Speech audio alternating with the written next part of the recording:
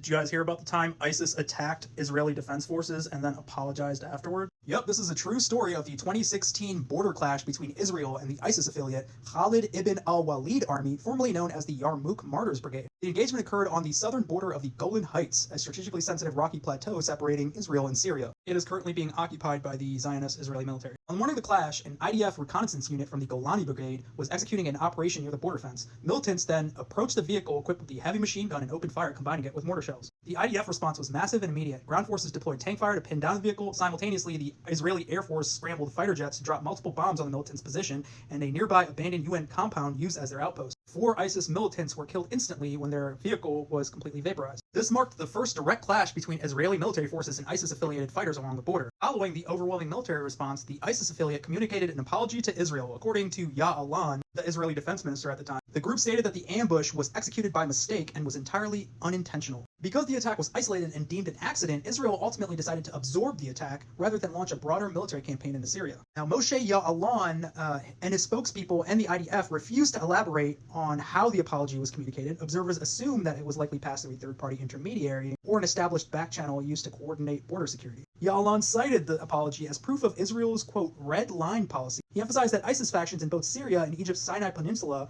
were heavily deterred by Israel's military superiority and actively sought to avoid provoking the country. Now, when former Defense Minister Moshe Ya'alon revealed that apology in April of 2017, it sparked confusion because ISIS rarely compromises its radical ideology to apologize to a, quote, adversary. Subsequent intelligence assessments, including reports from the Rubin Center for Research in International Affairs, clarified the context. The apology did not originate from the central ISIS leadership in Raqqa. It came from a local command of Khalid ibn al-Walid army. But in case anyone was wondering, all's well that ends well because Daesh apologized and then Israel forgave them. And it not only forgave them, but it also continued supporting them, with the Israeli Prime Minister admitting to it and asking, what's wrong with that? More J stuff, like and follow for more.